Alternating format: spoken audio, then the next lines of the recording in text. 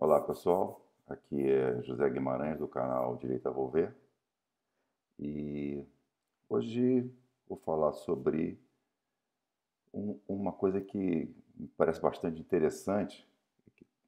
Eu até rejeitava isso aí muito, porque eu acho que entre o preto e o branco existem várias tonalidades, né? O cinza mais claro, o cinza mais escuro.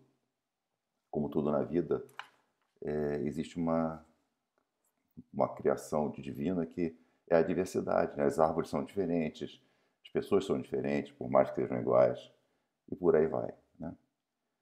Mas em coisas espirituais ou coisas práticas do dia a dia, existe também isso aí, mas as pessoas, de maneira geral, de um determinado lado político, usam de uma maneira muito forte, né? Então, se você não concorda com os caras da esquerda, você é um fascista, você é um genocida, você é um assassino, um psicopata, um negacionista, quer dizer, uma série de classificações. Ou seja, se você é igual a eles, você é ok. Se você não é igual a eles, você não presta. Ou seja, o nome disso é maniqueísmo, né? Que eu rejeitava isso aí, aquela coisa muito típica de desenho animado, onde o mal é mal e o bem é o bem. Aqueles filmes mequetrefe de terror também são assim, né? Onde a plateia toda vê quem é o bem e o bem sempre é enganado pelo mal, pelas artimanhas, as maldades, as coisas que são sujas e não aceitas normalmente pela sociedade. Isso é o espírito normal de qualquer humano normal. Você bota as crianças para assistirem um filme, vocês vão observar que aquela figura do mal sempre é rejeitada pelas crianças. A figura do bem é sempre apoiada pelas crianças. Porque a figura do bem fala a verdade, respeita as coisas normais, respeita os mais fracos, respeita os mais velhos, e coisas do tipo assim, coisas que nós fomos ensinados naturalmente a, a, a fazer, ou respeitar, ou seguir. São as regras básicas de convivência dos humanos, até isso ser destruído pela esquerda. Então, quando você vira adulto, você tem que acreditar que o ruim é o bom e o bom é o ruim. É totalmente sem sentido. É que nem uma mulher de cabelo azul e piercing no nariz falar que a mulher que raspa o sovaco, ela não está sendo natural. O cabelo dela azul é natural e o piercing no nariz também é natural. Ela nasceu com aquilo. E aquela tatu vagabunda que ela botou também, nasceu com ela. Quer dizer, é o tipo da coisa que só é bom ser do lado deles. Se não é do lado deles, não é bom. Aí eu fui ler, né? Maniqueísmo, né? É uma filosofia religiosa postulada pelo profeta persa Mani, também conhecido como Manes ou Maniqueu. Ele viveu entre 216 e 276 a.C. Consiste numa concepção do mundo fundamentada em uma dualidade básica entre opostos inconciliáveis, luz e trevas, bem e mal.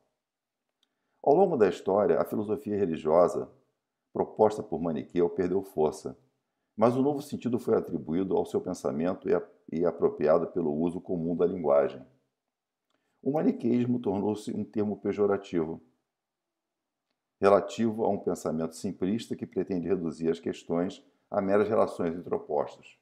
É exatamente o que a esquerda faz o tempo todo conosco. Estudiosos afirmam que um dos maiores filósofos cristãos da Idade Média, Santo Agostinho, em sua juventude era um seguidor da religião proposta pelo profeta Mani.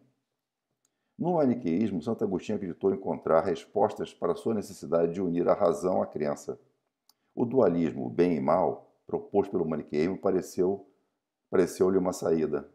Entretanto, ao longo dos seus estudos, Santo Agostinho foi abandonando o maniqueísmo por conta das contradições que encontrou, sobretudo pela visão de Deus e a ideia de ter o mal como um dos princípios. Para Santo Agostinho, o mal é apenas a ausência do bem. Não possui uma existência própria, assim como as trevas, que são apenas a ausência da luz. Santo Agostinho sempre muito brilhante, né? Bom, isso aí que eu li agora foi apenas para relembrar o que vem a ser maniqueísmo e sua origem, né? Durante a minha vida inteira eu rejeitei essa coisa de que ou é bom, como eu acredito ser bom, ou não presta. Eu fui aprendendo com isso ao longo da vida e fui me tornando uma pessoa mais aberta a discutir os pontos de vista, né, as posições. E a sua opinião sendo diferente da minha não te torna necessariamente errado ou certo. Pode ser apenas diferente e ser boa também. E nós podemos ter maneiras de pensar diferentes e, eventualmente, chegarmos ao mesmo ponto no final. Ou chegarmos a pontos distintos e cada um com a sua crença e, eventualmente, nenhum dos dois está errado, né? Tudo isso que eu estou colocando é o seguinte: eu me tornei um seguidor do maniqueísmo. Para mim, hoje, se o cara diz que é de esquerda, para mim ele é um mau caráter, ele é um preconceituoso, ele é um fascista, ele é um racista, ele é tudo que não presta, na minha opinião. E por repetidas razões. Então vamos ver o seguinte: o último filme que nós vimos, um filme da vida real, foi a candidatura de um deputado do Baixo Clero do Brasil em 2018, né, para a presidência da República. E ele chegou lá e falou o seguinte: olha só, eu não vou me render ao toma lá da cá. No meu governo, as coisas vão ser feitas com respeito ao dinheiro público. Os meus ministros serão técnicos, especialistas na área e vão trabalhar com um orçamento extremamente reduzido, mas vão ter que produzir muito para o bem do povo brasileiro, porque o pagador de imposto já é muito sacrificado. O brasileiro é um dos povos que mais pagam impostos no mundo, com um dos menores retorno por parte do governo quando o governo é de esquerda. O governo de esquerda sempre massacra o povo, né? E no governo dele, o que aconteceu? O cara assumiu, foi bombardeado desde o primeiro minuto por toda a mídia, por todos os artistas que perderam a boquinha da Lei Rouanet, da mídia que perdeu o dinheiro fácil da propaganda mentirosa sobre o governo anterior, por exemplo. Todos aqueles que mamavam na teta do governo, ou seja, quase o Congresso inteiro, perderam. Todos aqueles que foram apadrinhados para grandes cargos públicos brasileiros perderam. E aí começaram a bater pesado nesse cara. Logo depois, o cara teve uma pandemia mundial orquestrada pelas organizações internacionais para parar o mundo. E parar o mundo. Destruir as economias do mundo inteiro. Isso é um assunto para um outro vídeo, mas destruir a economia do mundo inteiro. Estamos até hoje sofrendo as consequências disso aí. E ele conseguiu, por ter um ministro da Fazenda muito bom, que consegue ver as coisas com antecedência e antecipar os atos para evitar problemas futuros, e ele não permitia que a política interferisse no trabalho dele. Mesmo que ele fosse perder popularidade, ele ia fazer o que é certo para as coisas darem certo. E ele fazia, independente do povo aprovar ou dos seus companheiros políticos aprovarem. E conseguiu fazer o Brasil navegar nesse mar de tormentas incríveis, com tudo contra ele, e sair desse problema todo com números incríveis, um dos melhores do mundo em tudo.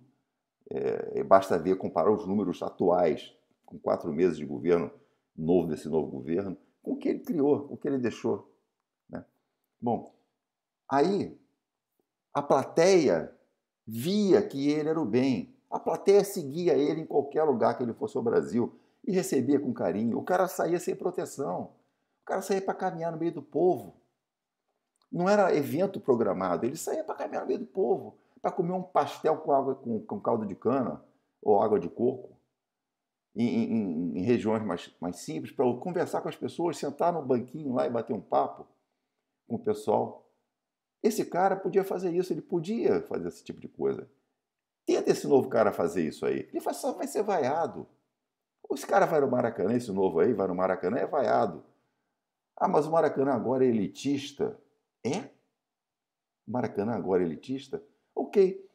Por que ele não fez nenhum comício sem que fosse fechado e só com o pessoal da claque dele, pago pelas prefeituras para ir lá bater palma e vestir a camisa daquele partido nojento? Então, a plateia assistia tudo isso aí e via que o cara era o bem. Mas o mal acabou vencendo por artimanhas, por jogo sujo, por coisas que a plateia, aquelas crianças que vão assistir um desenho animado, sabem que o mal é mal, que ele está armando uma coisa ruim, eles vaiam, eles tentam avisar o mocinho que aquele cara vai fazer maldade com ele. E ele mesmo assim só dizia o seguinte: não vou desrespeitar a lei brasileira, vou ficar dentro das 4 linhas da Constituição. E ninguém respeitou a Constituição, exceto ele e o governo dele. A oposição dele, toda ela, faltou respeito com a Constituição o tempo todo. As pessoas que deveriam contestar isso no judiciário apoiavam esse tipo de coisa porque estavam pensando em mamar na teta ou já estavam armados na história. O pessoal que deveria coibir isso aí através da justiça também já estava tudo organizado no sistema para se manter com as suas vantagens e, eventualmente, conseguir vantagens ainda mais inconfessáveis. Com isso, o que aconteceu? No final, infelizmente, isso não é um filme, isso é vida real, o mal venceu o bem. Mas só venceu por artimanhas, não venceu porque realmente ele era a escolha da plateia, do pessoal que estava assistindo esse filme de terror. Isso é um filme de terror onde a pessoa boa, casado, com uma boa família, feliz, alegre, trabalhador, respeitador da lei e da ordem, está sendo, como é que chama, traído o tempo todo e continua se mantendo fiel à sua religião, à sua fé, aos seus princípios de vida. E aí, no final, o mal vence. O que nós podemos fazer para que esse maniqueísmo que existe hoje em dia, que é evidente quem é o mal e quem é o bem, como é que a gente pode fazer para que o bem vença? Como é que a gente pode fazer para retornar aos dias bons de respeito e de comprometimento e de trabalho sério e árduo para fazer sua vida uma vida melhor? É muito difícil, mas a gente não pode nunca perder a esperança.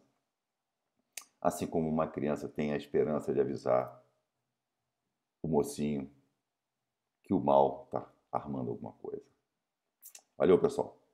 Obrigado pela sua atenção. Não percam a fé no Brasil, que Deus nos abençoe e tenham todos uma feliz Páscoa. E para os meus amigos judeus, feliz Pesach. Espero ter pronunciado de maneira correta. Valeu, pessoal. Obrigado.